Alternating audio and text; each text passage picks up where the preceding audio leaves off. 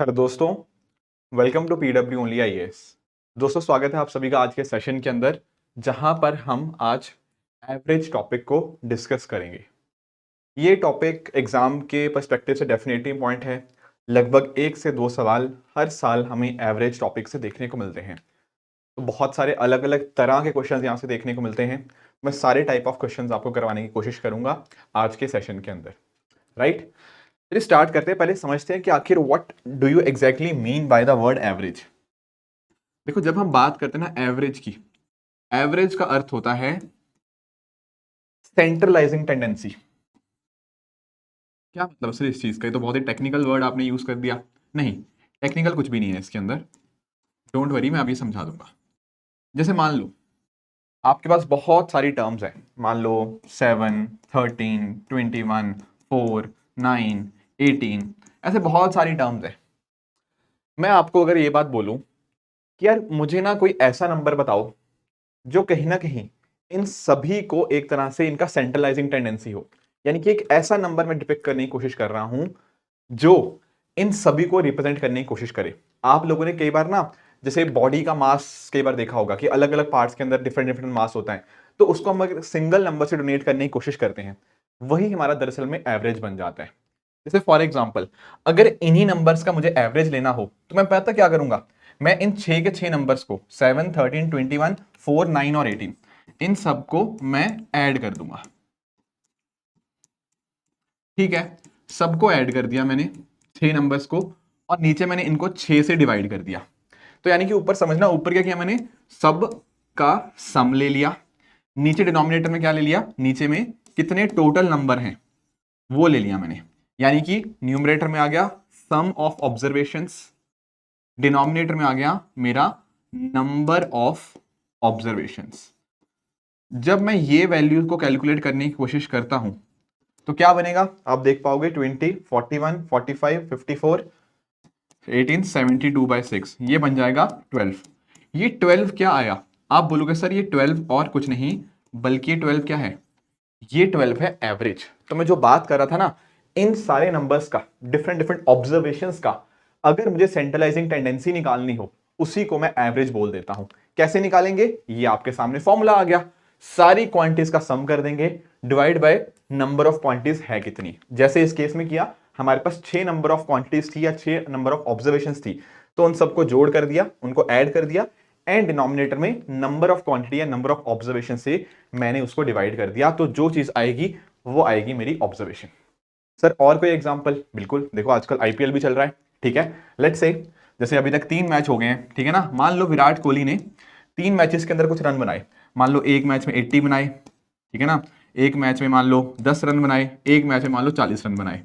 अगर मैं पूछता हूं कि विराट कोहली की एवरेज क्या है, तो आप बड़े आराम से सर कह दोगे, सर तीनों को ऐड कर देते हैं, 80 + 10 + 40, फिर क्या करेंगे, नीचे इनको डिवाइड किससे करेंगे, डिवाइड करेंगे सर 3 से। क्यों? क्योंकि 1, 2, 3, 3 नंबर ऑफ ऑब्जर्वेशन है, तो 3 से डिवाइड कर दिया। कितना बनेगा?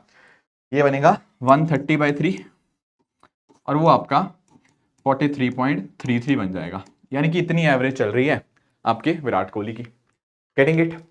अब कई बार बच्चों को और कंफ्यूजन होती है कि सर मान लो एक मैच में विराट कोहली ने 0 रन बनाया, तो उस केस में क्या करेंगे, ठीक है ना। इसको नेक्स्ट पेज पे मैं लिखता हूं। मान लो विराट कोहली ने एक किसी मैच में 0 रन बना दिया, तो उसकी एवरेज कैसे निकालेंगे?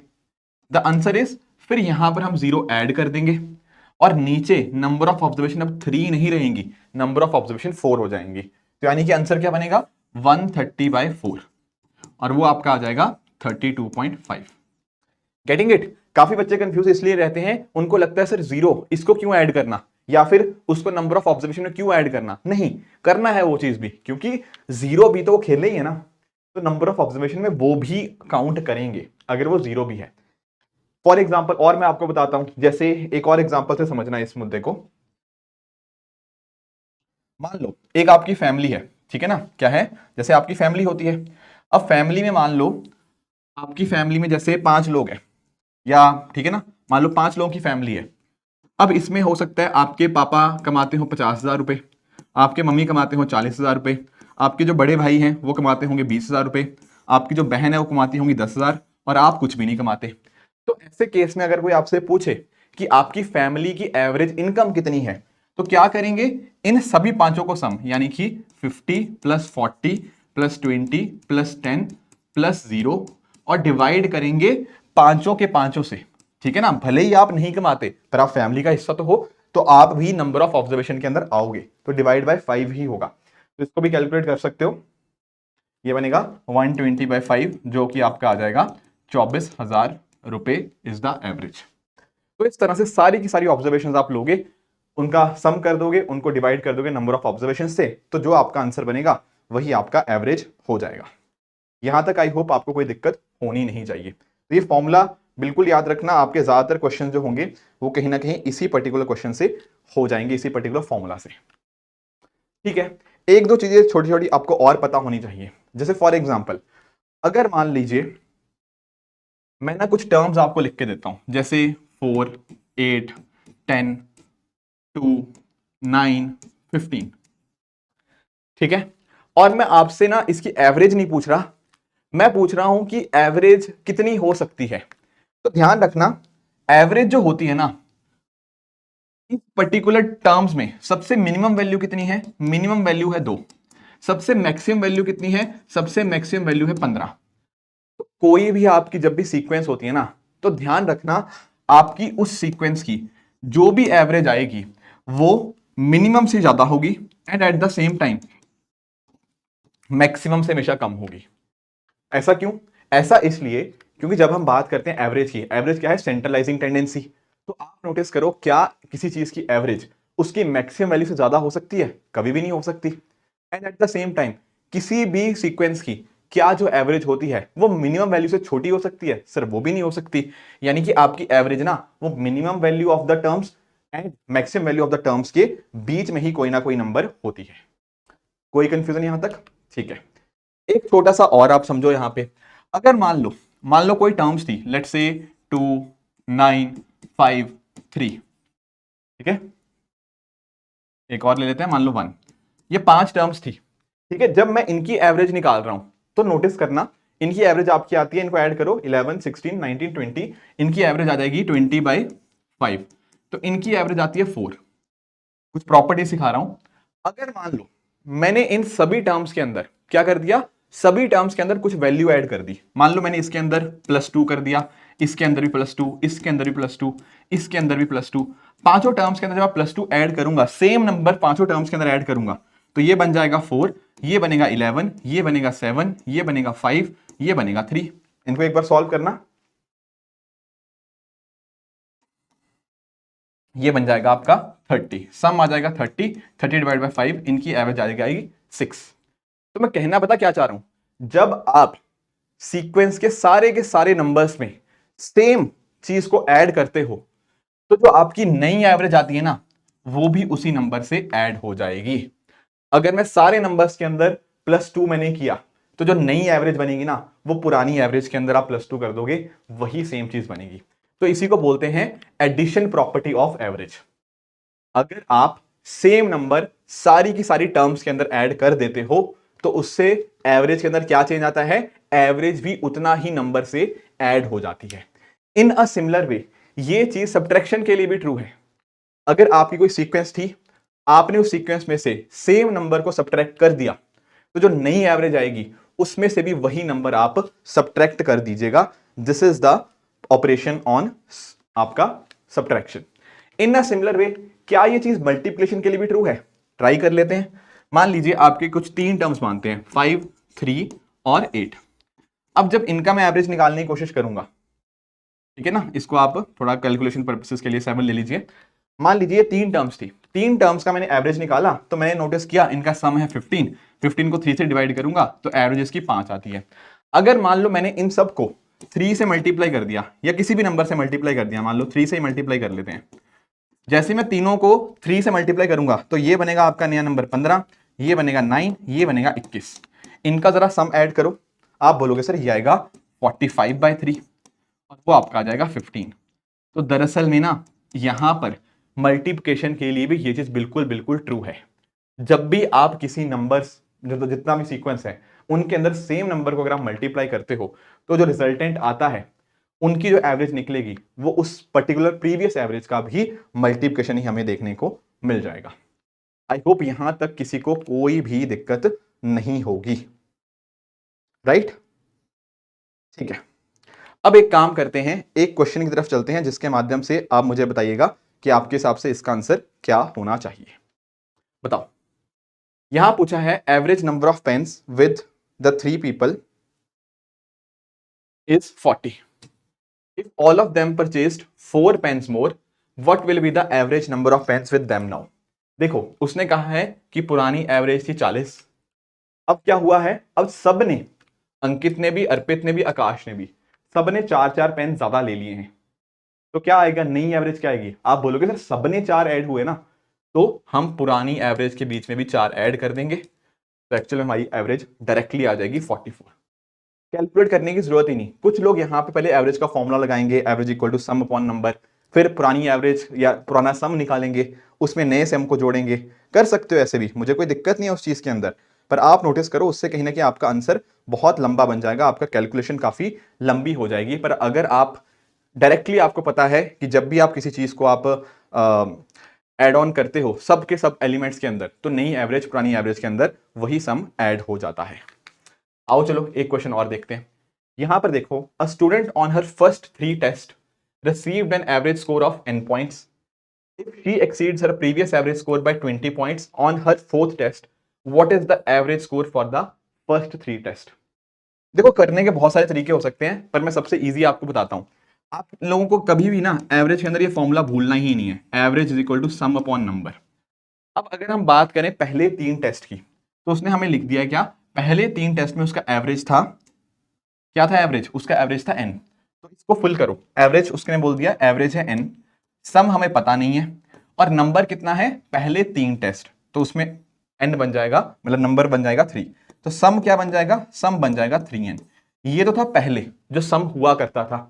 अब उसने क्या बोला, if she exceeds her previous average score by 20 points on her 4th test, यानी कि 4th टेस्ट के अंदर पता कितना स्कोर किया उसने, T4 क्या होगा आपका 4th टेस्ट, कह रहा है पहले एवरेज स्कोर, पहले एवरेज स्कोर कितना था n, उसको कितना एक्सीड कर लिया, उसको एक्सीड कर लिया 20 ज्यादा, तो 4th टेस्ट में उसका स्कोर था n+20। अब पूछ रहा है नया एवरेज क्या होगा, तो नया एवरेज क्या होगा, new average is equal to new sum by number of observation. Number of observation कितनी है सर, 4, 3 पहली थी, चौथा भी टेस्ट आया। नया सम क्या होगा, आप बोलो सर 3n तो ऑलरेडी था, 3n तो ऑलरेडी था, उसमें एक और ऐड हो गया n+20 डिवाइड बाय 4, तो कितना बना, ये बना 4n+20 बाय 4, तो वो बन जाएगा आपका n+5। बहुत इजी क्वेश्चन था, तो इस वजह से आपका आंसर बनेगा option number D, n+5 is the correct answer. Clear है? एक क्वेश्चन आप लोग और ट्राई करो, जैसे यूपीएससी ने 2022 में हमसे एक क्वेश्चन पूछा था। यहां कह रहा है कि average weight of ABC is 40 kgs, average weight of BD is 42 kgs and the weight of F is equal to that of B. What is the average weight of all the 6? Try करते हैं। देखो, हमें तो एक ही चीज पता है sir, average equal to sum upon number, है ना, यही तो हमें फॉर्मूला पता है बिल्कुल। अब इसमें देखो, पहले उसने क्या कह रहा है, एवरेज वेट ऑफ एबीसी, यानी कि A+B+C बाय 3, ये हो गया सम इन तीनों का, नंबर कितना है सर 40। तो क्या मेरी A+B+C की वैल्यू आ जाएगी यहां से, आप बोलोगे सर हाँ बिल्कुल आ जाएगी, क्रॉस मल्टीप्लाई कर दो, ये बनेगा 40 × 3, यानी कि A+B+C आ गया आपका 120। कोई दिक्कत यहां तक, ठीक है। आगे उसने दे रखा है average weight of B, D and E, यानी कि B+D+E डिवाइड बाय 3, फिर से यही वाला फॉर्मूला, इनका सम BDE का, वो कितना दे रखा है 42। तो B+D+E कितना आ जाएगा, फिर से क्रॉस मल्टीप्लाई कर दो, ये आ जाएगा 42 × 3, ये बन जाएगा 126। कोई दिक्कत ही नहीं है, वो पहली चीज गिवन है, ये सेकंड चीज। अब एक चीज उसने मुझसे क्या पूछी है, उसने पूछी है इन 6 के 6 का क्या आपका एवरेज आएगा। अब 6 का कैसे निकालेंगे सर, अरे 6 का भी उसी तरह से निकल जाएगा। क्या आएगी 6 की एवरेज, 6 की एवरेज आएगी सर, 6 की एवरेज आएगी सभी 6 का सम, यानी A+B+C+D+E+F डिवाइड बाय कितने, नंबर ऑफ ऑब्जर्वेशन, वो है आपके 6। बस इतना ही तो करना है। अब आप मुझे एक चीज बोलोगे कि सर हमारे पास a plus B plus C की वैल्यू तो है, तो यानी कि इतनी वैल्यू तो है हमारे पास, सही बात है, पर इनकी वैल्यू नहीं है, d plus E plus F की नहीं है। पर आप बोलोगे सर d प्लस ई की है, b की वैल्यू नहीं है यहां पे, समझ रहे हो? हमारे पास हमें चाहिए क्या, हमें चाहिए ये d plus E plus F, पर हमें पास है क्या b प्लस डी प्लस ई। तो कैसे करेंगे, क्या कैनॉट बी डिटरमिन्ड आएगा? नहीं, आप पढ़ो ना, एक स्टेटमेंट और भी है, weight of f is equal to that of b, यानी कि f और b का वेट बराबर है।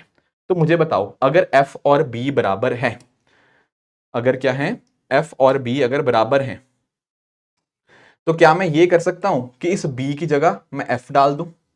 लिखा है ना उसने कि weight of f is equal to b, तो अगर मैं b की जगह f डाल दूंगा क्या कोई दिक्कत आएगी? नहीं आएगी।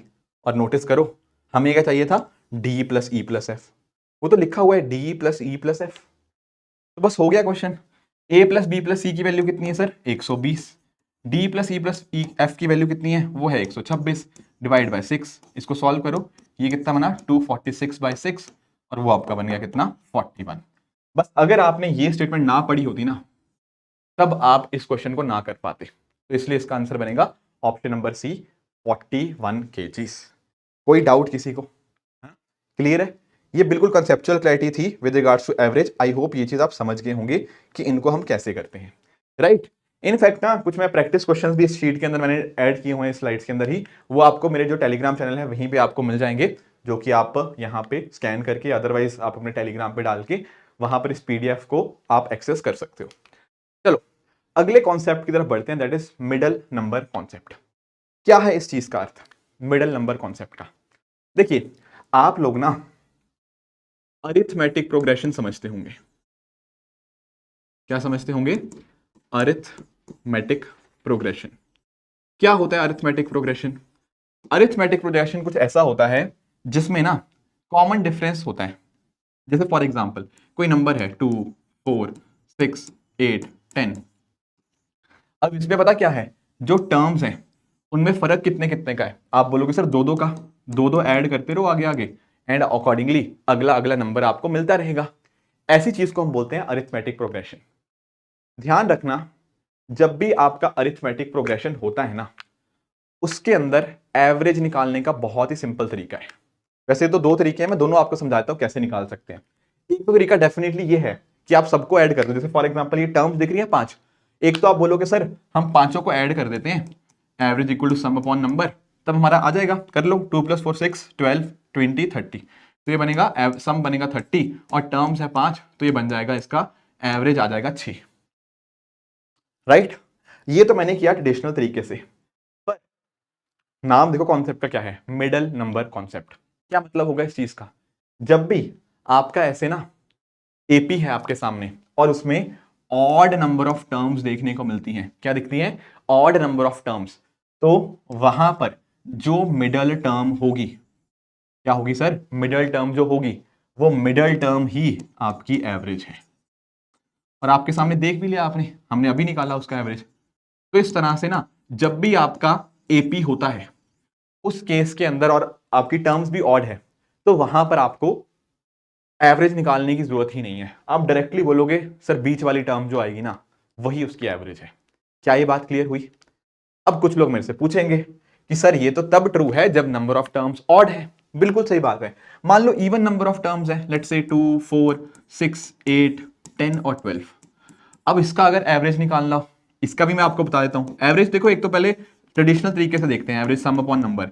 इन सबको ऐड करोगे, आप रियलाइज करोगे इसका आंसर आएगा, सम आ जाएगा 42, और 6 टर्म्स हैं तो एवरेज आएगी 7।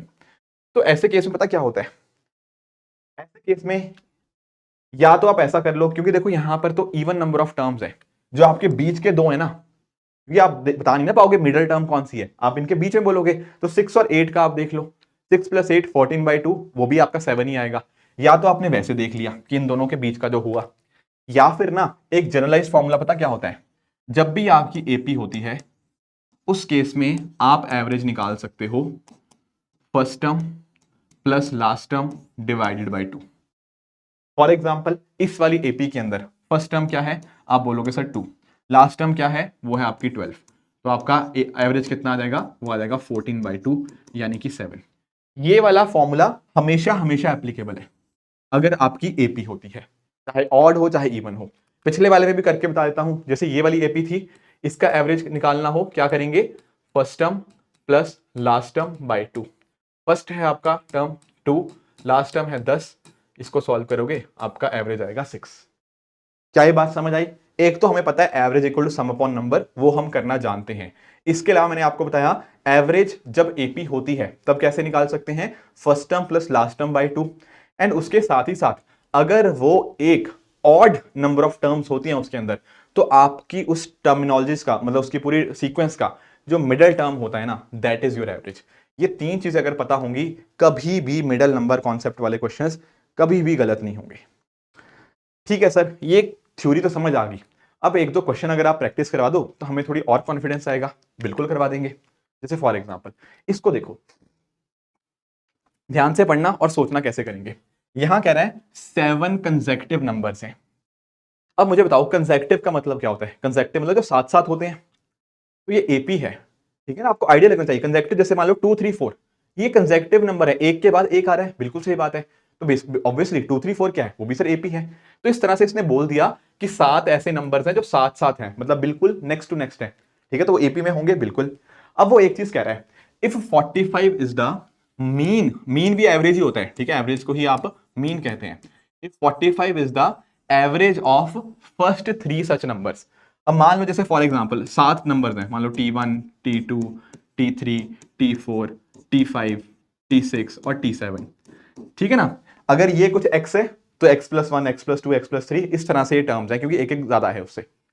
अब उसने हमें क्या बताया, उसने बताया कि भैया ये जो पहले 3 टर्म्स हैं इनका एवरेज गिवन है 45। मुझे बताओ इस चीज का मतलब क्या है। उसने बोला इन तीनों टर्म्स का एवरेज इज 45। और मैंने अभी आपको एक चीज बताई, जब भी नंबर ऑफ टर्म्स ऑड होती हैं, क्या ये नंबर ऑफ टर्म्स ऑड है? बिल्कुल 3 है ना। तो जो बीच वाली टर्म होगी वो क्या होगी, एवरेज। इन तीनों का बीच क्या है, what is their middle term? आप बोलोगे सर T2, तो T2 क्या होना चाहिए, T2 सर एवरेज होना चाहिए। तो यानी कि ना T2 की वैल्यू मेरे पास आ चुकी है, T2 की वैल्यू और कुछ नहीं, वो 45 है। इस लाइन से मुझे ये पता लग गया कैसे, 3 टर्म्स थी, उसने बोला इन तीनों टर्म्स की एवरेज है 45।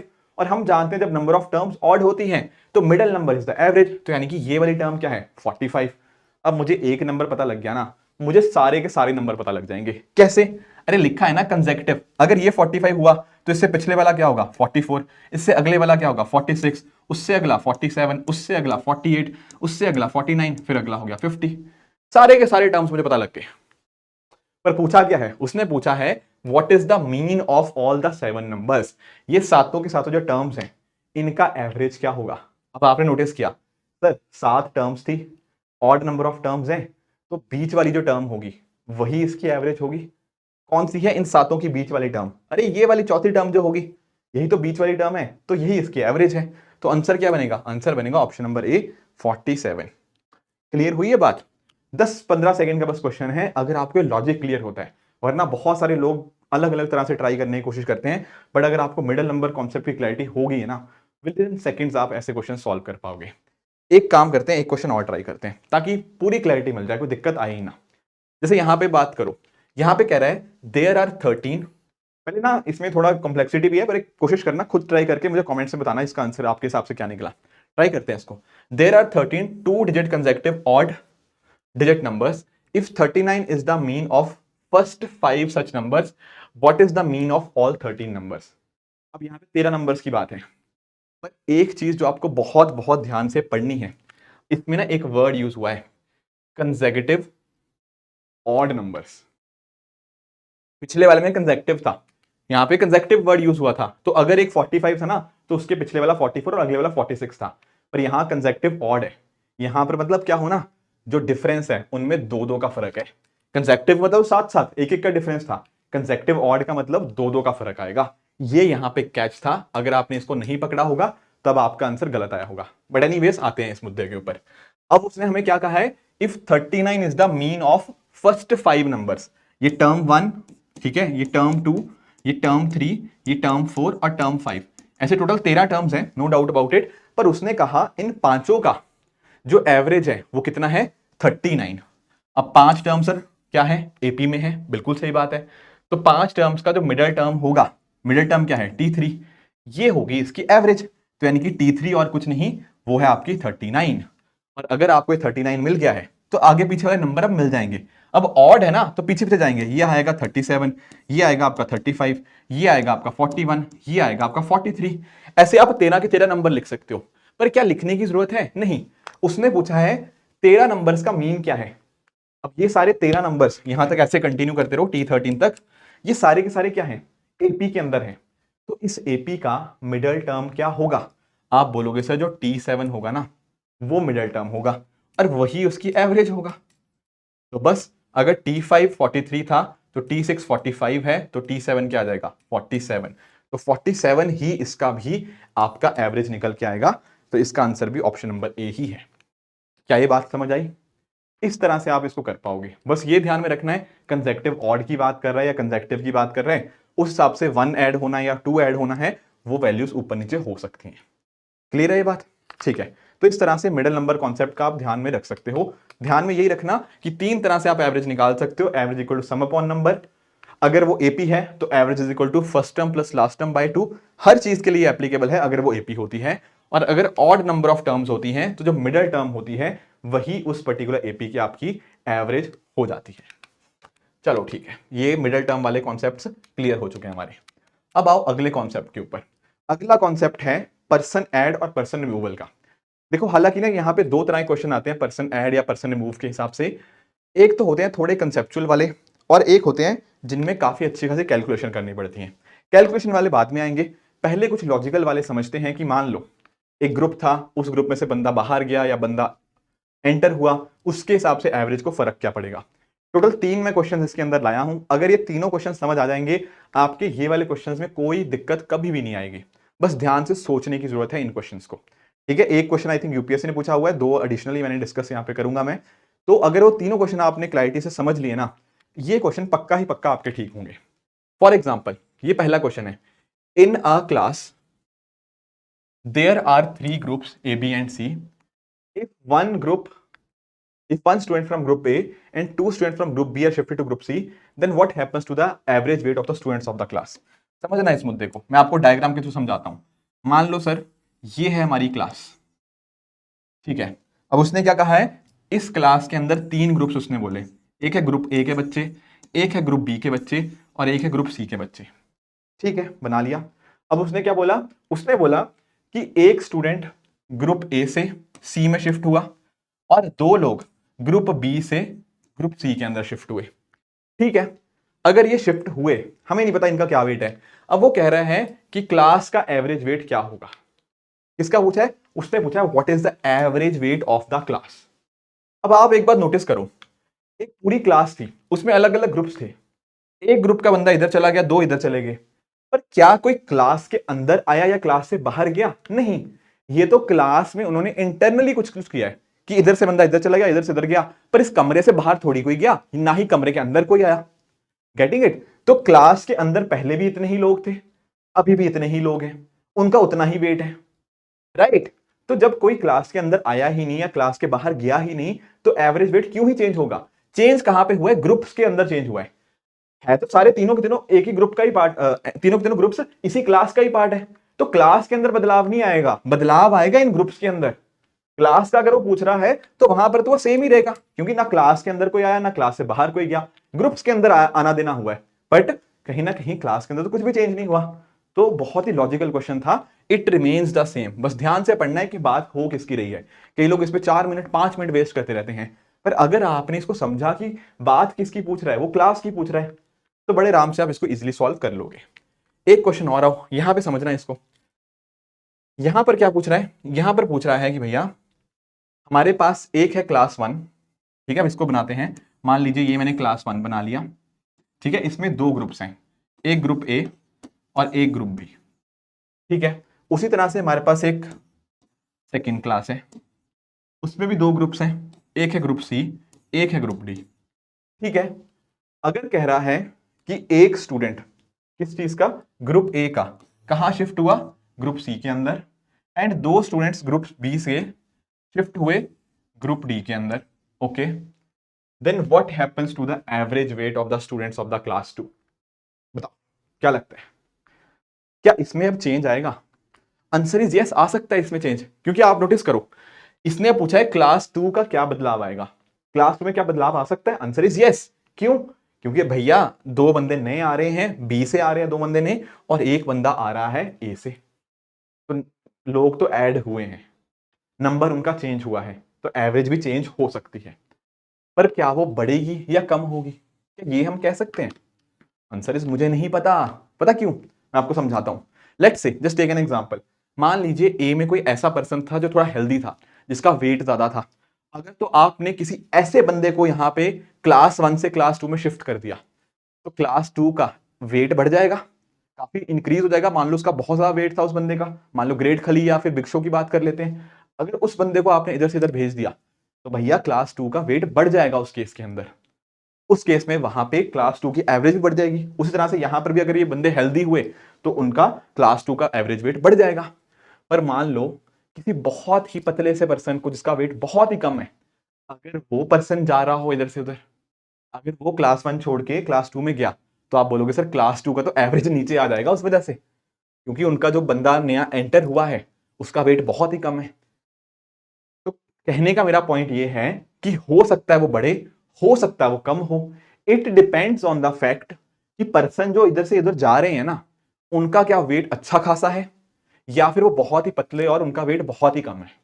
अगर वैसा होगा तो उस केस में अगर पतले लोग या फिर कम वेट वाले लोग जाएंगे, तो वहां पे एवरेज वेट कम हो जाएगा। अगर बहुत भारी भरकम लोग जाएंगे, तो वहां पे डिक्रीज हो जाएगा।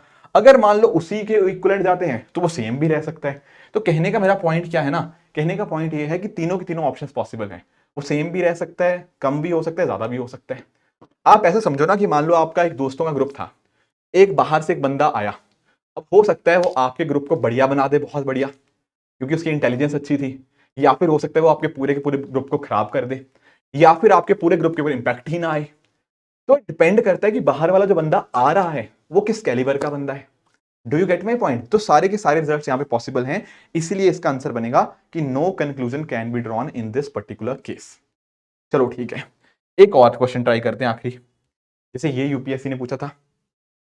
अब यहां पर भी समझना इस बात को, यहां पर कह रहा है कि दो क्लासेस हैं, ठीक है, ये मैंने बना लिया। एक है आपकी क्लास ए और एक है आपकी क्लास बी, ठीक है। क्लास ए में कह रहा है 25 बच्चे हैं, क्लास बी में 30 बच्चे हैं, कोई दिक्कत नहीं। वो कह रहा है क्लास ए में ना जो बच्चों का स्कोर है वो मिनिमम 17 है एंड मैक्सिमम है 21, ठीक है। और क्लास बी की अगर हम बात करें तो मिनिमम स्कोर 22 है और मैक्सिमम है स्कोर 30, ठीक है। ये तो यहां पे मैंने नोट कर लिया। अब वो कह रहा है 4 स्टूडेंट्स को आपने शिफ्ट किया ए से बी के अंदर, 4 लोग यहां से यहां आए, उससे क्या इंपैक्ट पड़ेगा? चलो समझते हैं। पहला स्टेटमेंट पढ़ो, कह रहा है कि average score of class B will definitely decrease.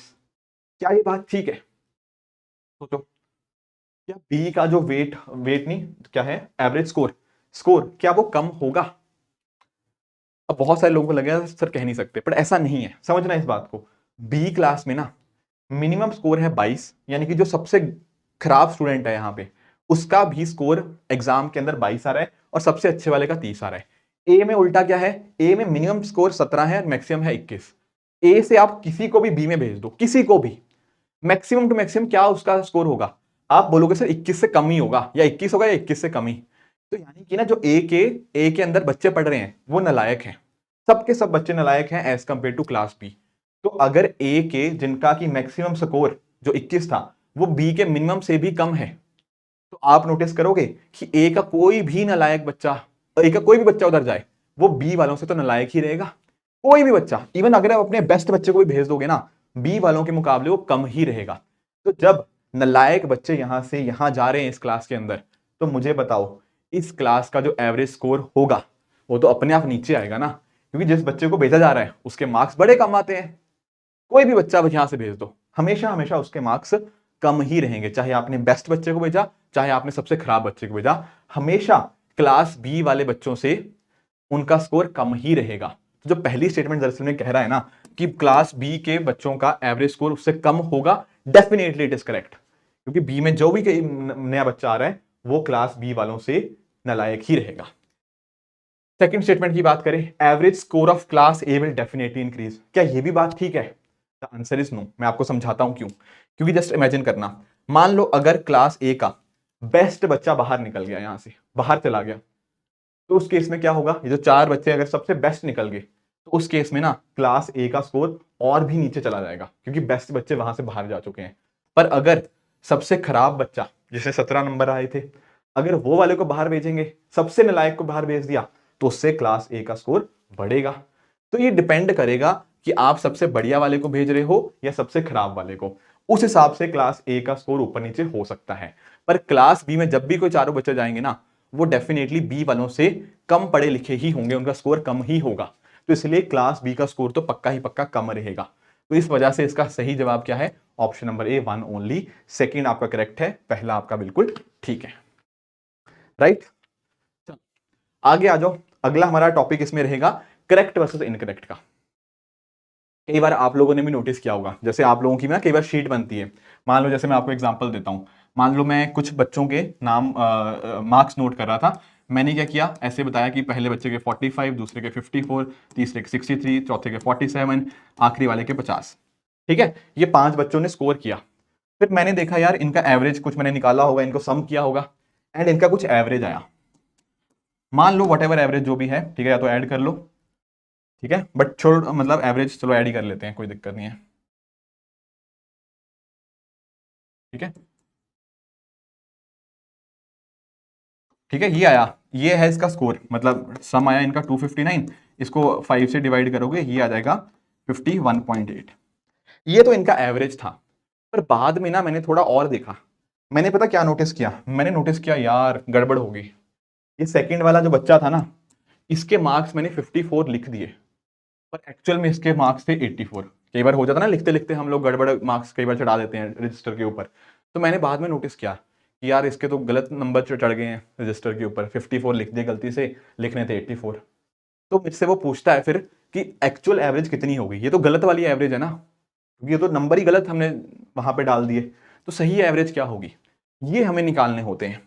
तो इसको एक क्वेश्चन के माध्यम से सॉल्व करते हैं। जैसे फॉर एग्जाम्पल ये समझो, यहां कह रहा है कि 100 बच्चे थे, 100 बच्चे के एवरेज मार्क्स हैं 40।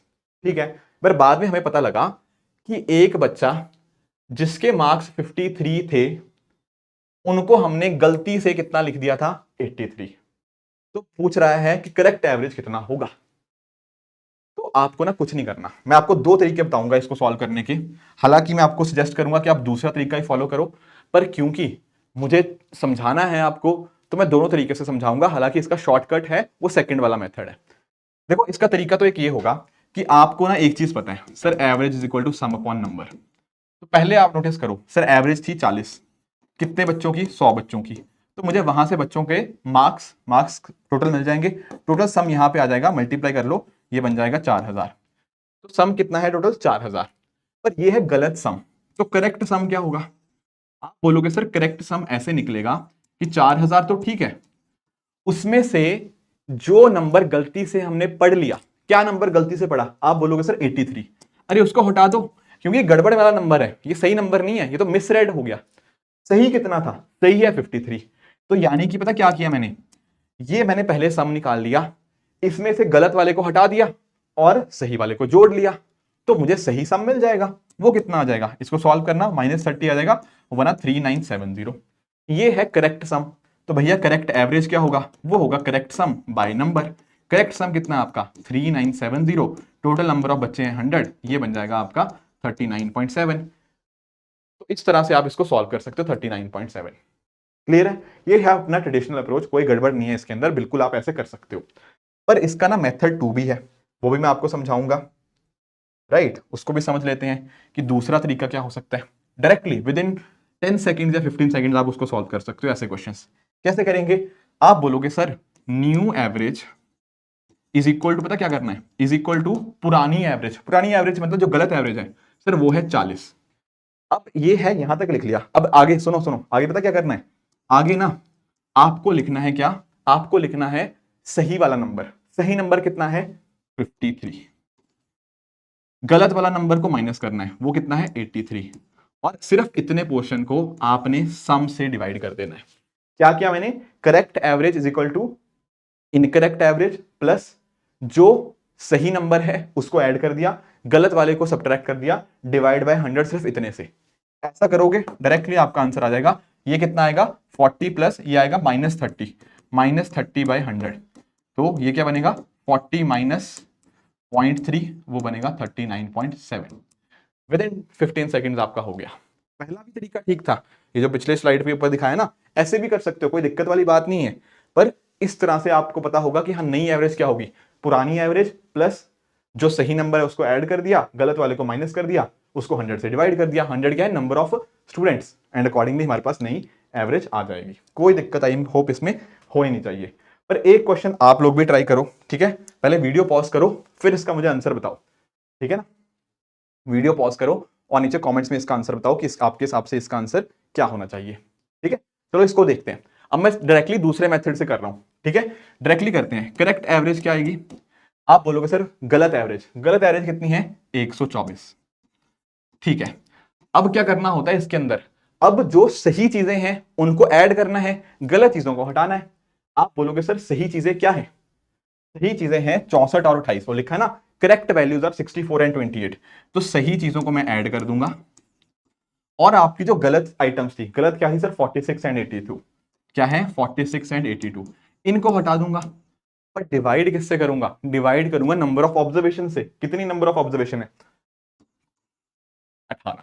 बस इतना सॉल्व करना है, आपका आंसर आ जाएगा। कर लेते हैं 124 कितना बनेगा ये, ठीक है, वो बना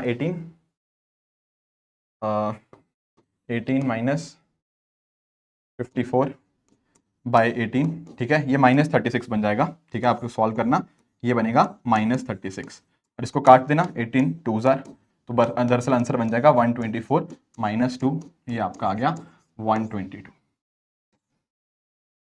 क्लियर है ये बात, समझ पाए हो। डायरेक्टली इनकरेक्ट एवरेज प्लस जो सही वाले नंबर है उनको ऐड, गलत वाले नंबर को subtract, divide by number of observation, answer. कोई कंफ्यूजन किसी को, क्लियर, वेरी गुड। आओ चलो फिर ये वाले, आई होप ये टाइप भी देखो, हमें अभी तक हमने 3-4 टाइप ऑफ क्वेश्चंस पढ़ लिए हैं। एक तो हमने करेक्ट और इनकरेक्ट पढ़ लिया कि ये चीजें होती है तो कैसे करते हैं, अगर हमें पर्सन ऐड या रिमूव हो रहा है वो वाले हमने क्वेश्चंस कर लिए। उसके अलावा मिडल नंबर कॉन्सेप्ट हम समझ चुके हैं, एंड ओवरऑल एक बेसिक एवरेज के क्वेश्चंस कैसे सॉल्व करने हैं, एडिशन सब्ट्रैक्शन वाले, वो भी हमने देख लिए। अब आओ फिर अगले टाइप ऑफ क्वेश्चंस की तरफ, जहां पर हम डिस्कस करेंगे मिडल नंबर कैलकुलेशन। अब ये क्या है, क्या ये अलग चीज है जो अभी हमने मिडल नंबर वाला चीज पढ़ी, हाँ उससे थोड़ी सी अलग चीज है। मैं आपको समझाता हूं, मैं आपको एक एग्जांपल देता हूं, जैसे समझना इस मुद्दे को। मान लो आप लोग 5 दोस्त हो, क्या हो 5 दोस्त, ठीक है। मान लो ये है वैभव, ये अंकित, ये प्रिया, ये शिफाली, और ये कोई और नाम बता लेते हैं, जैसे ऋषभ ही लिख लेते हैं, ठीक है। ये 5 लोग हैं, ठीक है सर। अब मैंने आपको एक चीज बोला कि यार ये पांचों दोस्तों की कुछ, लेट्स से जस्ट इमेजिन करो, मैंने आपको बोला कि जब हम बात करते हैं पहले 3 दोस्तों की तो इनका कुछ एवरेज आता है, ठीक है। मान लो इनका एवरेज आया, इनका एवरेज वेट आता है 40 किलो। फिर मैं आपको बोलता हूं कि जो आखिरी के 3 दोस्त हैं इनका वेट आता है कितना, इनका एवरेज वेट आता है 45। और अगर मैं पांचों के पांचों को ले लेता हूं तो उनका एवरेज लेट से आता है 42। क्वेश्चन समझ पाए हो, मैंने क्या कहा, 5 दोस्त हैं, ये 5 उनके नाम हैं, इन पांचों दोस्तों की एवरेज आ रही है कितनी 42 केजीस। अगर पहले तीनों की बात करूंगा तो पहले तीनों का वेट कितना आ रहा है, एवरेज वेट वो आ रहा है 40 किलो। आखिरी 3 की बात कर रहा हूं, उनका एवरेज वेट आ रहा है 45 किलो। तो इस केस में ना हमसे वो क्या पूछ सकता है, हमसे सिर्फ एक ही चीज पूछ सकता है, पता है क्या, वो पूछेगा कि भाई ये जो तीसरा पर्सन है ना इसका एवरेज वेट बता दो। वो इसी का पूछ सकता है। वो कैसे, क्योंकि एक्चुअल में ना अगर कोई मेरे से पूछेगा वैभव का वेट कितना, मैं नहीं बता पाऊंगा, अंकित का वेट कितना नहीं बता पाऊंगा, शिफाली का कितना नहीं, ऋषभ का कितना नहीं, इसका बता पाऊंगा सिर्फ और सिर्फ उसी पर्सन का जो दोनों में कॉमन है। क्योंकि आप नोटिस करो मैंने कहा क्या, मैंने कहा कि पहले 3 लोग वो ये थे और आखिरी 3 ये, उनका हमारे पास एवरेज वेट पता है। तो एक्चुअल में जब भी ऐसी चीज होती है ना, तो जो चीज भाई बीच में कॉमन आई है सिर्फ आप उसी का ही वेट बता सकते हो या फिर उसी के रिगार्डिंग ही वैल्यू बता सकते हो कि प्रिया का वेट कितना है। आपसे बाकी कोई और पूछे आप नहीं बता सकते। पर करने कैसे ऐसे क्वेश्चन, 3 क्वेश्चन डिस्कस करेंगे ऐसे भी, ताकि कोई दिक्कत ही ना रहे, कोई कंफ्यूजन ना रहे। ठीक है, पहले कॉन्सेप्ट समझ लिया करो। क्वेश्चन में डेफिनेटली हर कॉन्सेप्ट पे कराता ही कराता हूं। जैसे फॉर एग्जांपल ये वही क्वेश्चन है जो मैंने पीछे भी डिस्कस किया। यहां पर उसने कहा है 9 लोग हैं, ठीक है ना, 9 लोग हैं, 1 2 3 4 5 6 7 8 और 9। अब उसने हमें एक चीज बोली कि ये सारे जब 9 के 9 होते हैं उनका एवरेज वेट आता है कितना, 50। अगर पहले 5 लोगों की बात करें, कौन से पहले 5, ये पहले 5, इनका एवरेज वेट है कितना, 45। और जो आपके आखिरी 5 है, आखिरी 5 इधर से देखो ना, 1 2 3 4 5, ये जो आखिरी 5 है मतलब 5th 6th 7th 8th और 9th, इनका वेट है कितना एवरेज, 55। अब वो हमसे पूछ रहा है क्या, अब से पूछ रहा है 5th पर्सन का कितना वेट होगा। मुझे बताओ क्या हम ये निकाल पाएंगे, आंसर इज यस, क्योंकि इन दोनों में कॉमन क्या आ रहा है, कॉमन आपका 5th पर्सन ही है। तो ये वेट हम निकाल सकते हैं। कैसे निकालेंगे, बहुत ईजी है। आपको एक चीज पता है, क्या पता है sir, average equal to sum upon number. मुझे एक बात बताओ, ये पहले 5 लोग थे, इनकी एवरेज कितनी है, आप बोलोगे सर 45। कितने लोग हैं ये, सर 5 है ना, 1 2 3 4 5। तो क्या S1 to 5 का सम नहीं मिल जाएगा, बिल्कुल मिल जाएगा। तो S1 कितना आएगा, यहां से 45 इंटू 5 करो, ये बनेगा सर 225। यानी कि पहले 5 लोगों का सम है 225। उसी तरह से इधर आओ, ये कितने लोग हैं, यहां पर भी वही सेम चीज, average equal to sum upon number. कितने लोग हैं, मतलब इनका एवरेज कितना है, एवरेज है 55। इनको बोल देते हैं S2। कितने लोग हैं, 1 2 3 4 5। तो यहां पे S2 कितना आ जाएगा, इन पांचों लोगों का सम आ जाएगा 55 इंटू 5, जो होता है आपका 275। तो मुझे आखिरी 5 लोगों का सम पता है, पहले 5 लोगों का सम पता है। ठीक है, एक चीज उसने और दी है क्वेश्चन के अंदर कि सबके सब 9 लोगों की एवरेज है 50। तो यहां पर ये भी निकल जाएगा, फिर से वही चीज, average equal to sum upon number. 50 है एवरेज इनकी, और सम S3 निकालना है, और 9 लोग हैं ये, तो S3 की वैल्यू कितनी आ जाएगी, 450। क्या ये बात क्लियर है सबको, हाँ सर ये बात तो क्लियर है। अब एक चीज यहां से समझना, एक चीज यहां से समझना, मैं थोड़ा इरेज कर रहा हूं कुछ एक हिस्सा, ठीक है, ध्यान से समझना। अब हमारे पास ना ये दे रखा है S3 क्या था, 1 + 2 + 3 + 4 + 5 + 6 + 7 + 8 + 9। इन 9 के 9 लोगों का सम है 450। अब आप मुझे एक चीज बोलोगे, पर हमारे पास पहले 5 लोगों का ये तो चीज दे रखी है, बिल्कुल दे रखी है, ये है कितनी है, ये है 225। उसके अलावा S2 जो था, यानी कि 5 से लेके 9, सर इसकी वैल्यू भी है 275। बात ठीक है, पर आप नोटिस कर रहे हो 5 2 बार आ गया, तो एक्चुअल में ना हमें यहां पे एक 5 को और ऐड करना पड़ेगा। समझ रहे हो, क्योंकि आप नोटिस कर रहे हो इधर, आप समझो इस बात को, ये 5 2 बार आ गया है तो एक ही बार।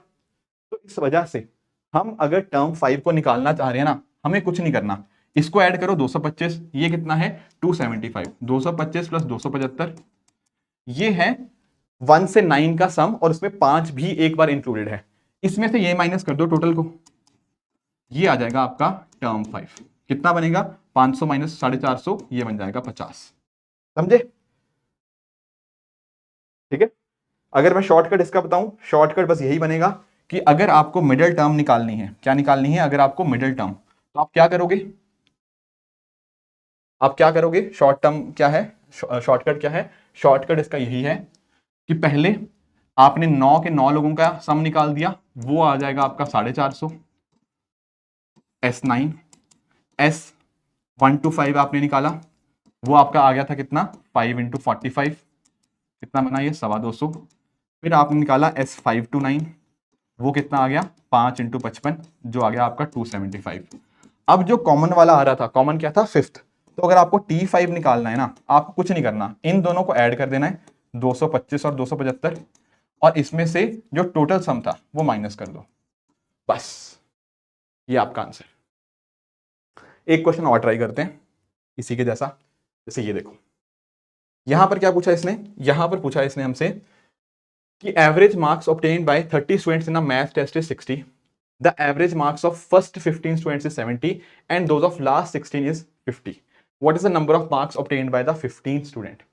अब हुआ पता क्या, एक से लेकर इस तरह से 30 लोग हैं, 1 2 3 ऐसे करते करते करते 30 लोग हैं, ठीक है। एक तो उसने बोला कि 1 से 15 का डेटा हमारे पास पता है, पहले 15 लोगों की एवरेज है 70, फिर आखिरी 16। मुझे बताओ आखिरी 16 कौन हुए।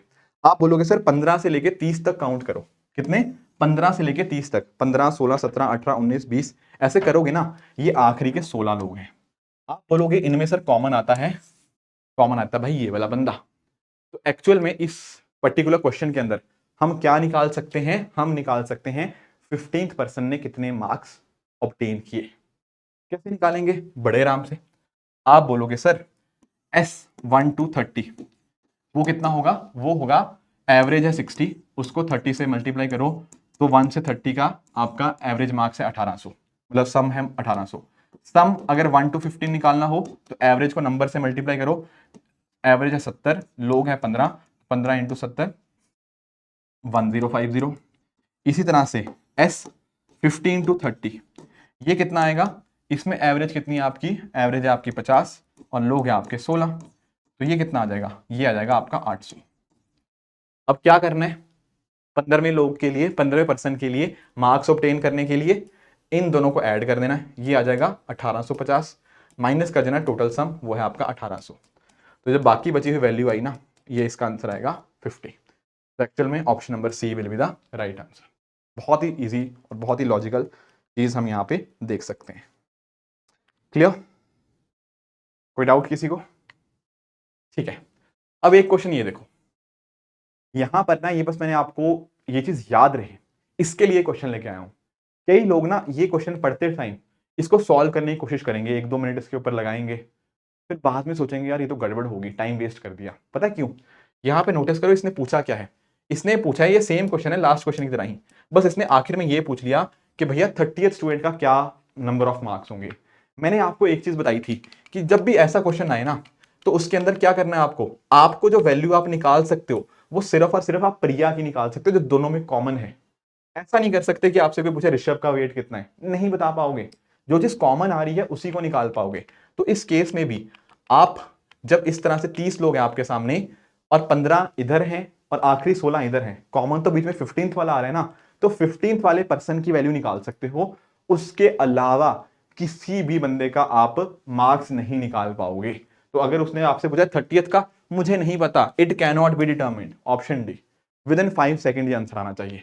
वरना लोग 3 मिनट 4 मिनट भी लगा सकते हैं कि यार निकल ही नहीं रहा, 15वें का तो निकल गया, 30वें का कैसे निकालेंगे, वो निकाल नहीं पाओगे इस चीज से। This is can not be determined in this particular case. Clear है ये चीज, ठीक है, वेरी गुड वेरी गुड। अब एवरेज के अंदर ना एक तरह के क्वेश्चन और आते हैं, उनको मैं बोलता हूं मैक्सिमम स्कोर को कैलकुलेट करना। मैं आपको एक आइडिया देता हूं कि कैसे इसको कर सकते हैं। एग्जाम्पल लेते हैं विराट कोहली का ही, ठीक है। मान लो मैं कहता हूं यार विराट कोहली ना, समझना इस बात को, मैं कहता हूं आपको कि विराट कोहली की 4 मैचेस उसने खेले, उन 4 मैचेस में उसकी एवरेज है 40। चलो ठीक है, मैंने आपको एक चीज साथ में और बताई कि किसी भी मैच के अंदर, आइस बीट, किसी भी मैच के अंदर विराट कोहली ने 20 से कम रन नहीं बनाए, कम से कम 20 रन तो वो बनाता ही बनाता है, minimum he scores at least 20 runs in every match. तो मैं आपसे पूछता हूं कि मैक्सिमम वो कितने रन बना सकता है किसी भी एक मैच के अंदर, समझे हो। मैंने आपको बोला क्या, मैंने बोला विराट की 4 मैचेस की एवरेज है 40 की, हर मैच के अंदर उसने कम से कम 20 रन तो बनाए ही बनाए हैं, minimum 20 run he has scored in every match. तो आई एम आस्किंग कि मैक्सिमम वो कितना स्कोर कर सकता है किसी भी एक मैच के अंदर।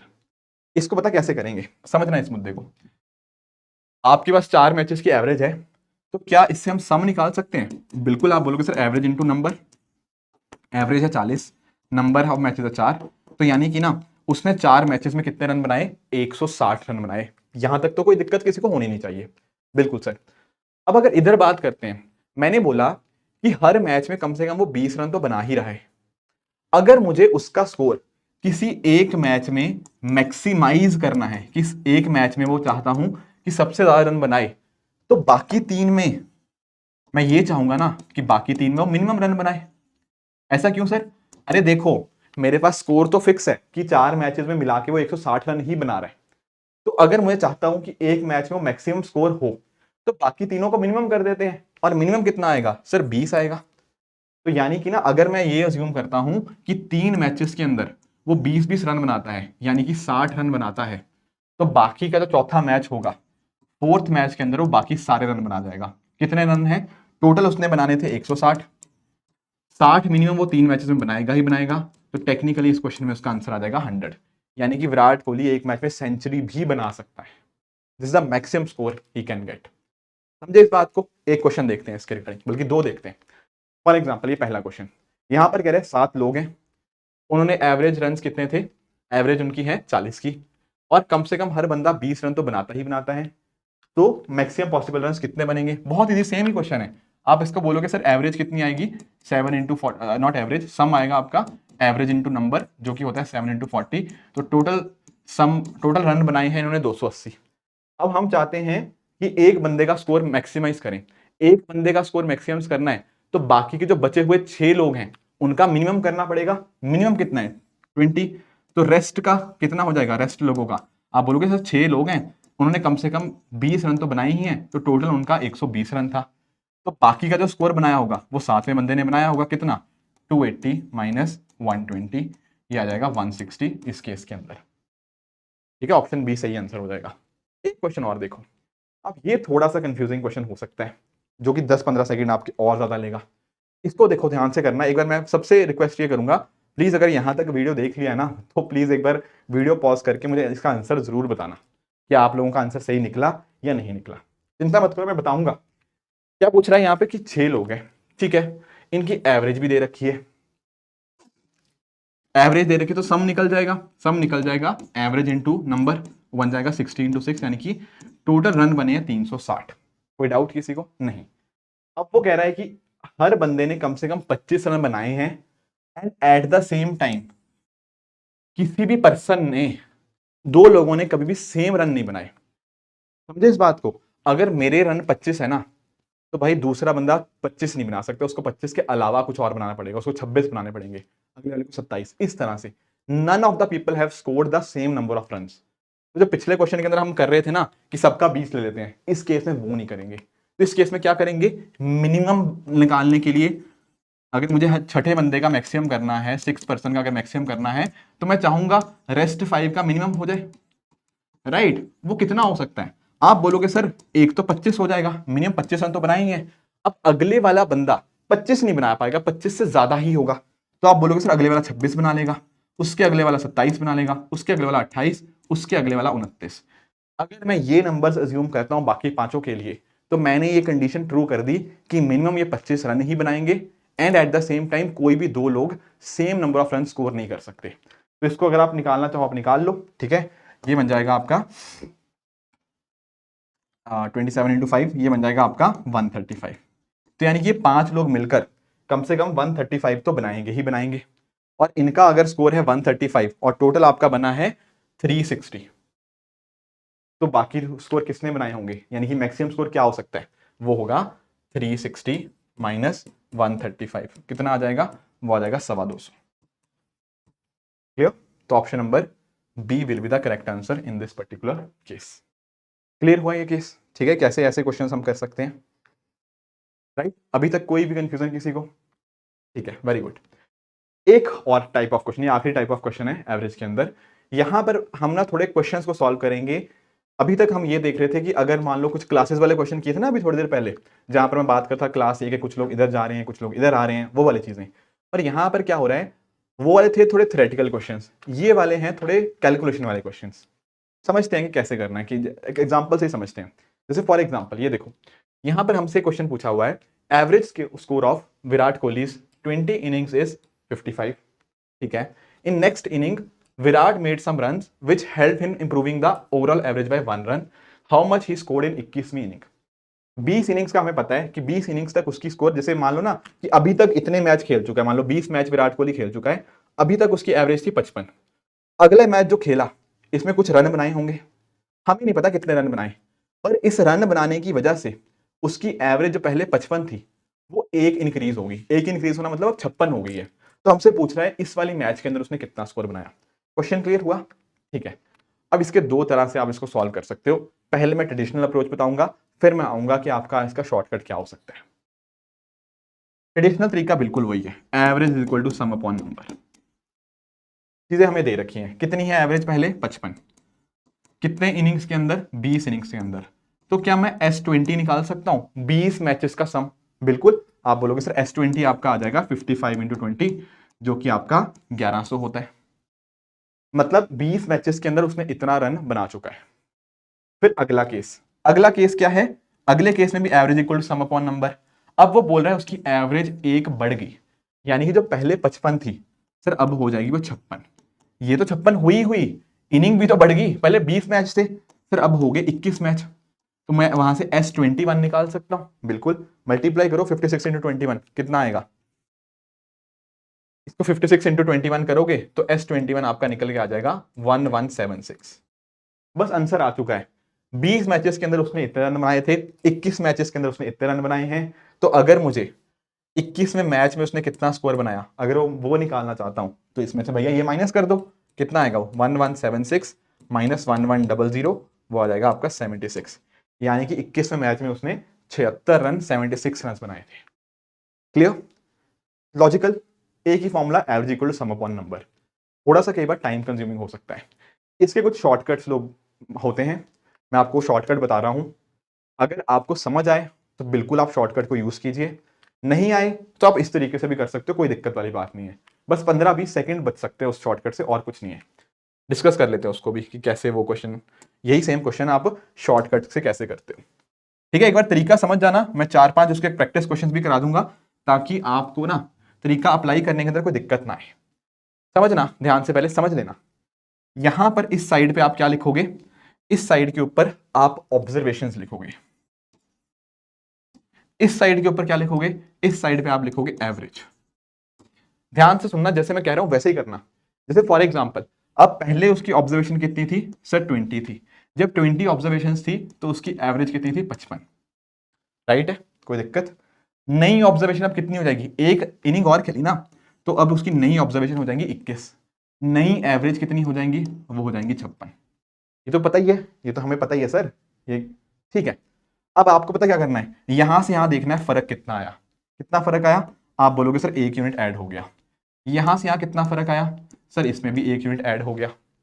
अब ध्यान से समझना करना क्या है, बहुत बहुत ध्यान से, वरना नहीं सुनोगे ध्यान से तो फिर गड़बड़ हो जाएगी। ये जो यहां पे ऐड हुआ ना, यहां पे, इसको आप मल्टीप्लाई करो इसके साथ, ये वाले के साथ। ठीक है, उसी तरह से ये वाला जो यहां पे है, इसको मल्टीप्लाई करो आप इसके साथ, फिर दोनों को ऐड कर दो। मैं जैसे करता हूं अभी, इस वाले को मैंने क्या कहा था, इसके साथ मल्टीप्लाई करो, तो करो जरा। 1 इंटू मतलब +1 इंटू 56, या 1 लिख दो, +1 मतलब 1 ही होता है। ठीक है, ये ग्रीन वालों को जो चेंज हुआ उसको इससे मल्टीप्लाई। फिर आगे क्या करेंगे, आगे जो भैया ये वाले जो थे, ये क्या है, ये है 1 इंटू 20। अब इनको ऐड कर दो, कितना आंसर आएगा, 56 + 20, क्या हुआ वो, 76। तो यानी कि जो यहां पे खेला गया, कितना खेला गया, एक इनिंग, उस इनिंग के अंदर कुछ नहीं बल्कि 76 रन बनाएंगे। मुझे कोई दिक्कत नहीं है ऐसे सॉल्व करने में, थोड़ा लंबा पड़ता है। यहां पर एक क्वेश्चन समझ आ जाएगा ना, क्या किया मैंने, यहां पर पुरानी नंबर ऑफ ऑब्जर्वेशन, नई नंबर ऑफ ऑब्जर्वेशन, पुरानी एवरेज, नई एवरेज, फिर जो चेंज आया उसको इससे मल्टीप्लाई, जो यहां पे चेंज आया उसको इससे मल्टीप्लाई, बस। तो जो ये वैल्यू आएगी ये बताएगी क्या क्या चीजें ऐड हुई हैं बीच में, दैट इज इट। समझ गए। मुझे पता है पहला जब क्वेश्चन देखते हो ना थोड़ा डर लगता है, ये सर ने क्या कर दिया, कोई दिक्कत नहीं, 2-3 क्वेश्चन कराऊंगा, विद इन सेकेंड्स आप करोगे। फॉर एग्जाम्पल ये क्वेश्चन देखो, the average score of a batsman after his 50th inning was 46.4, after 60th inning his score increase by 2.6, what his average score in last 10 innings. एक तो तरीका हमें पता है, पुरानी एवरेज पता है, नई एवरेज पता है, ट्रेडिशनल मेथड से करो, कोई दिक्कत नहीं है, वो आप कर लोगे, I know that for sure. हमें मैं दूसरा तरीके से बताऊंगा आपको क्या करना होता है इस केस में। पहले तो आप पुरानी नंबर ऑफ ऑब्जर्वेशन लिखो 50, उसके सामने उसकी एवरेज लिखो 46.4, फिर नई नंबर ऑफ ऑब्जर्वेशन कितनी हो जाएंगी, वो बोला है 60 इनिंग्स हो चुकी हैं, नई ऑब्जर्वेशन कितनी है 60, एवरेज स्कोर बढ़ गया 2.6, जो पहले 46.4 था अब वो इंक्रीज हो गया कितना 2.4, कितना होता है 46.4 + 2.6 सर वो हो जाता है 49। तो एक्चुअल में ना अब चेंज लिखेंगे यहाँ पे, ये देखो यहां से यहां बदलाव हुआ +10, यहां से यहां बदलाव हुआ +2.6। क्या करना होता है, बहुत इजी चीज है। क्या करते हैं हम, ये वाली चीज को इसके साथ मल्टीप्लाई करते हैं, करो जरा 10 इंटू 49, और फिर ऐड क्या करते हैं, ऐड उसमें करते हैं हम सर ये वाली चीज को इसके साथ मल्टीप्लाई करो, +50 इंटू 2.6 कितना आएगा, ये आएगा 10 इंटू 49, वो आ जाएगा 490, 50 इंटू 22.6 होता है 130, हो जाएगा 130। तो यानी कि ये आया 620। What is 620? 620 ना, उसने 50वीं इनिंग से लेकर 60वीं इनिंग, इन 10 इनिंग्स के अंदर उसने 620 रन बनाए। कितने? 620 रन। कहां से कहां तक? After 50th and till 60th। 50 तक तो हो चुका था, 50 के बाद जो उसने 10 इनिंग्स खेली उसमें उसने 620 रन बनाए। तो एवरेज कितनी होगी? 620 रन है इन 10 इनिंग्स। 50 के बाद 60 तक कितनी इनिंग्स हुई? 10। तो 62/10 हुआ 62। एवरेज पूछा था तो 62 इज द एवरेज। अगर पूछता कितने रन बनाए तो 620। क्लियर है ये बात? ठीक है सर, एक दो क्वेश्चन और बता दो। देखो मुझे पता है ऐसे तो आप कर ही लोगे, ठीक है, ये वाले तरीके से तो आप सारे क्वेश्चंस कर लोगे, कोई दिक्कत नहीं है, बट वो थोड़ा टाइम कंज्यूमिंग होता है कि पहले एक एवरेज निकालो, दूसरी एवरेज निकालो, मतलब सम निकालो, फिर उससे आप कहीं ना कहीं सब्ट्रैक्ट करो, फिर आंसर तक पहुंचो, कई बार लंबा हो जाता है, ठीक है, टाइम कंज्यूमिंग हो जाता है। तो हमें ये तरीका भी पता होना चाहिए। जैसे ये क्वेश्चन एक दो क्वेश्चन और देखते हैं। जैसे ये देखो, यहां पर कह रहा है average weight of 10 students of a classroom is 50 when teacher is also included, average weight increased by 2 kg, what is the weight of teacher? बहुत इजी है। पुरानी नंबर ऑफ ऑब्जर्वेशन 10, कितना वेट है उनका एवरेज? उनका वेट है 50। अब teacher को भी इंक्लूड कर लिया, 10 तो थे ही, एक और इंक्लूड हो गया, तो number of observation, new number of observation 11। Average weight बढ़ गया, पहले 50 था अब वो बढ़ गया 52 हो गया। क्या करना है? कुछ भी नहीं सर, अब तो हो गया क्वेश्चन। ये है यहां से यहां +1, यहां से यहां हो रहा है +2। क्या करेंगे अब सर इस वाले को इस वाले से मल्टीप्लाई, वो हो जाएगा 1 इंटू 52, और साथ ही साथ क्या करेंगे, आप बोलोगे सर इस वाले को इस वाले से मल्टीप्लाई, वो आ जाएगा +2 इंटू 10। कर लो 52 + 20, आपका ये बन जाएगा 72 kgs। Option C will be the right answer. All okay, बहुत बढ़िया। एक क्वेश्चन और देखो, यहां पर जैसे पूछा हुआ है, अब जब ना ये वाले क्वेश्चन आ जाते हैं एक्सक्लूडिंग वाले, तब कई बार बच्चे कंफ्यूज हो जाते हैं। आपको कंफ्यूज होना ही नहीं है, आपको दो ऑब्जर्वेशन लिखनी है, एक कम वाली एक ज्यादा वाली। जैसे फॉर एग्जांपल इसमें क्या कहा है, 10 स्टूडेंट्स और एक टीचर। यहां से समझना 10 स्टूडेंट्स और टीचर मतलब यहाँ पे 11 लोग हैं। इन 11 का उसने एवरेज दे रखी है, 11 के सामने आप लिख दोगे 60, और उसने कहा जब टीचर को हटा दिया गया तब एवरेज वेट कितना हो गया, 2 किलो कम हो गया। तो यानी कि अगर 10 लोग होते तो एवरेज वेट कितना होता, 58। तो ये समझ आया कैसे लिखा? पहले उसने लिखा 10 स्टूडेंट्स एंड टीचर, मतलब 11 लोग हैं तो एवरेज वेट है 60। अगर टीचर नहीं है तो एवरेज वेट 2 कम है, यानी कि 10 लोग होंगे तो एवरेज वेट है 58। बस ये तो बन गया, इतना इक्वेशन लिख लिया। अब तो कुछ भी नहीं है, 10 से 11 में कितना चेंज है, +1, यहां से यहां कितना चेंज है, ये है +2।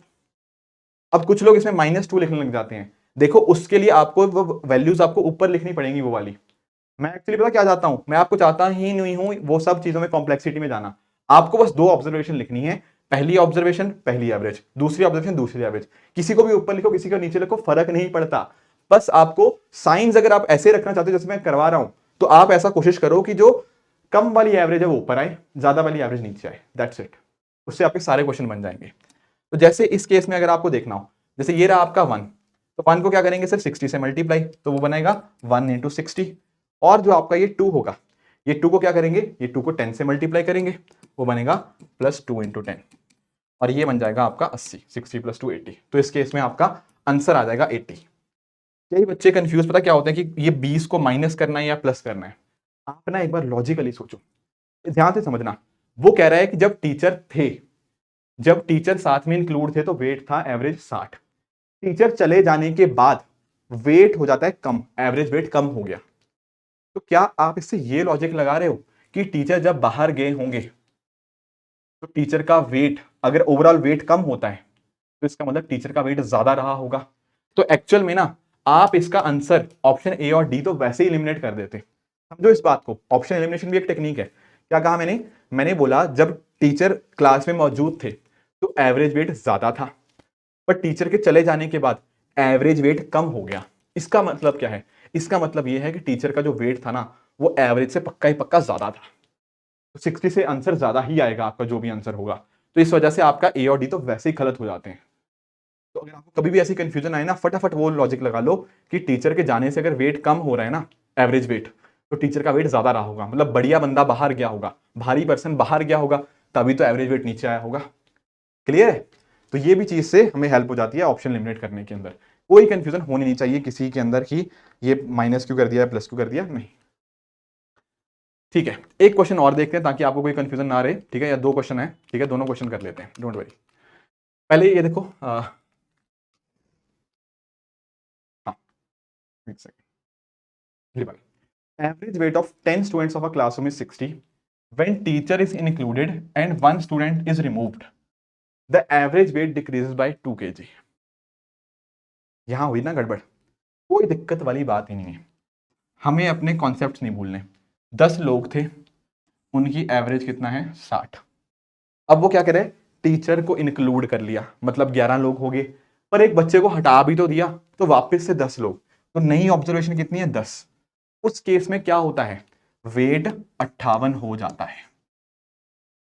अब या तो ऐसे लिख लो, अगर आपको ये ऊपर लिखना है वो भी ठीक है, बट पॉइंट ये रखना कि अगर आपने 58 ऊपर लिखा है तो +2 करेंगे, मतलब यहां से यहां चेंज देखना होता है। यहां से यहां कितना चेंज आया, आप यहां पे अब -2 लिखोगे, क्योंकि चेंज ऊपर वाले से नीचे वाले में देखना है ना। तो यहां पे चेंज है -2, यहां से यहां कितना चेंज है? आप बोलोगे सर 0। अब 0 को क्या करेंगे? 0 से करेंगे इससे मल्टीप्लाई, और -2 को क्या करेंगे? -2 को करेंगे इससे मल्टीप्लाई। तो कितना आएगा चेंज? आप बोलोगे सर 0 × 58 प्लस -2 × 10, यानी कि चेंज आया -20। क्या हुआ? चेंज आया कितना? -20। ये चेंज कैसे आया? 20 चेंज कैसे आया? -20। ये चेंज -20 इसलिए आया क्योंकि टीचर इंक्लूड हो चुके हैं एंड आपके जो स्टूडेंट है वो एक्सक्लूड हो चुका है, तभी तो वो चीज कम आई ना। तो क्या करेंगे? ये -20 और कुछ नहीं, ये क्या है? टीचर के आने की वजह से एंड आपके उस पर्सन के जाने की वजह से ये -20 आया है।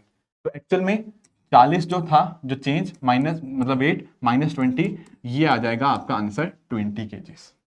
कुछ लोग बोलेंगे सर 20 इसमें ऐड नहीं करना चाहिए, नहीं, वैल्यू -20 है। और दूसरी चीज, आप जरा लॉजिक लगाओ, क्या बात हो रही है? टीचर के आने से और बच्चे के बाहर जाने से वेट क्या हो रहा है? एवरेज वेट कम हो रहा है। तो यानी कि जब टीचर आ रहा है अंदर, उसके टीचर के आने से वेट अगर कम हो गया, what does it show? It shows कि टीचर का वेट ना पक्का 40 से कम रहा होगा, तभी तो एवरेज वेट नीचे आ जाएगा।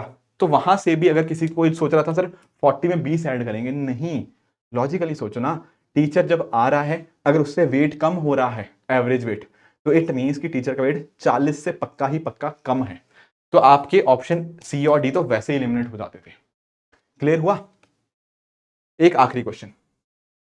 Average weight of 9 students and teacher of a classroom is 55 kg। तो यानी कि 10 लोगों का वेट कितना है? एवरेज वेट है 55।